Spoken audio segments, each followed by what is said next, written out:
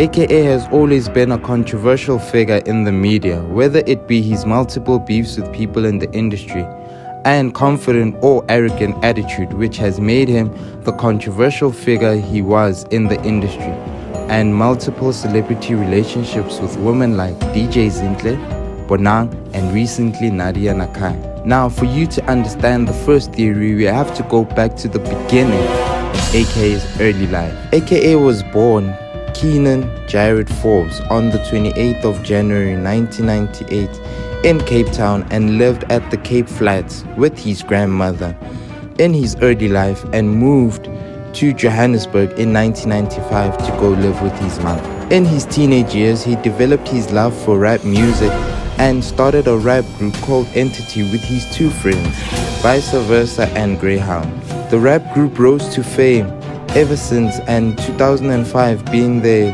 big break with songs like Touch and Go and First Gear, and even getting nominated for Best African Hip Hop at the Cora Awards. In 2006 was when the rap group Entity disbanded, with all members having creative differences and different visions, and they all took different directions, and AKA started his individual career. AKA, after the split of the group, stepped behind the scenes and started producing and sound engineering in 2007 and started a production company with Bugs and Gamza as partners of the company. In 2009, AKA came back into rapping as a solo act, and in 2010 released hits like All I Know and Victory Lap, which were a huge success of his debut album Alter Ego, which was dropped in 2011, the 23rd of August. The album winning awards at the Metro Awards in 2011 for Best Hip Hop Album, and in 2012 at the South African Music Awards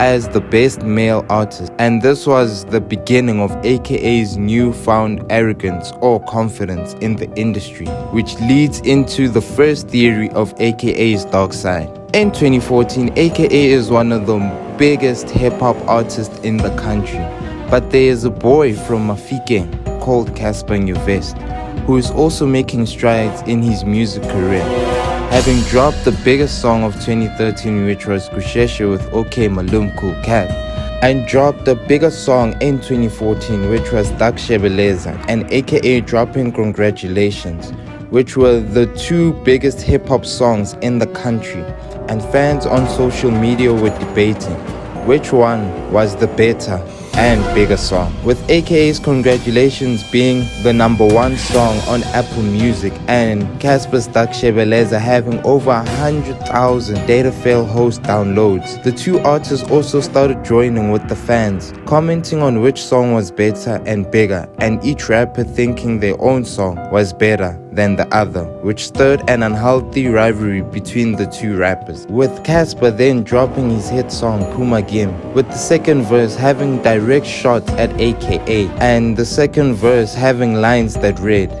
AKA's favorite rapper, I guess I made it on the Forbes list. Ouch. Now that's deep. And also AKA responded on his song Sim Dope on his third verse with lyrics reading, they pull my name out the envelope, you should fuck with the winners. You got some buzz from your singing, but that's just luck for beginners. That's referring to AKA having more awards than Cassper at the time the song got released. Sheesh.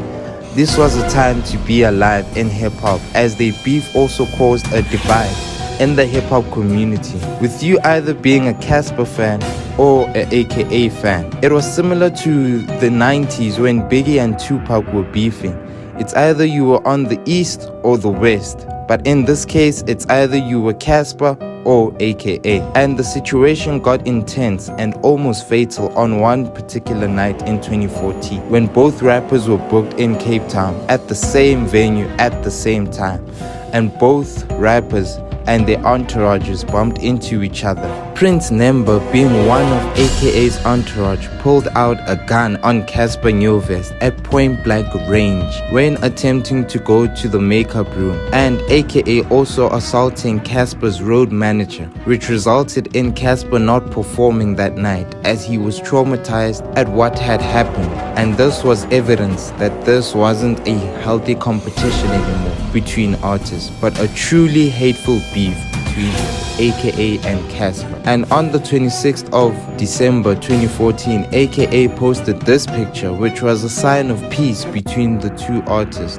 Or was it really? As in 2015 August, Cassper tweeted that aka slapped him at a club in Santon and the beef was up again, with many weeks later aka dropping Composure, which was a diss track to Cassper Nyuvest in September, with Cassper responding with Dust to Dust weeks later, which in my opinion was the South African version of Hit 'Em Up, with Cassper exposing things that weren't supposed to be exposed on aka, if the allegations on the song were true.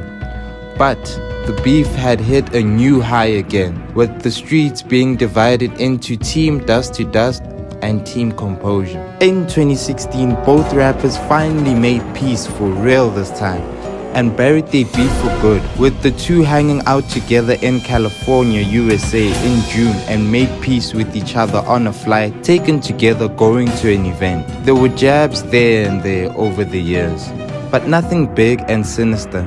And to be honest, the beef benefited them both, as they took South African hip-hop to levels it's never been before, paving waves for the next generation of rappers, as being a successful rapper now in South Africa is now a reality thanks to the both of them. But this is where the second theory comes into play, which is his beef with his all-time long-life friend, Deleuze, with the word on the street being that aka slept with Deleuze's baby mama, and led to Deleuze stating plenty of times on social media and interviews that he wants nothing to do with the super mega. And if these allegations are true, this is the second reason or second theory that exposes aka's dark side.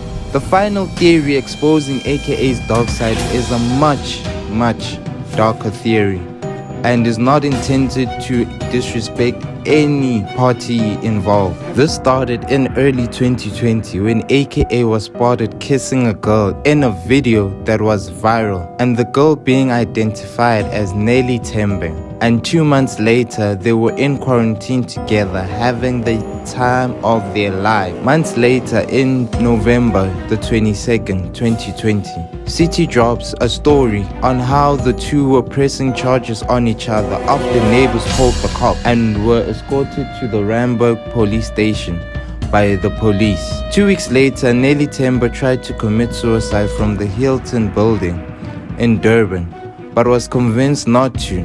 2020 should have been the wake-up sign for aka about this girl, but he ignored all the signs and things were about to become a whole lot worse. He then proceeded to get engaged to this girl on the 21st of February in 2021, and like always, all seemed to be well, until the day that changed everything. And Neli Tembe jumped from the 10th floor from the Pepper Club Hotel after a long argument with aka and died 20 minutes after impact, and with paramedics trying to revive her. What makes this more bizarre is that aka, who was engaged to Neli Tembe, wasn't on the program of her funeral, and the spokesman of Miss Neli Tembe's father, Mr. Zungu, stated that her father doesn't believe she took her own life, and the Minister of Police also speaking at the funeral. This says to me they were suspicious that aka did something to her, or maybe even pushed her. Now that's hectic. Nonetheless, that's the three theories that highlights the dark side of aka. His life should be an example to all people of all ages of how to pick yourself up when life throws you with problems, and to always live life to the fullest, not dwelling on the negative but focusing on being grateful for what you have. And I am the Tom Harris Show, and that's the dark side of aka. Remember to subscribe to the channel as it helps the channel grow. Peace out.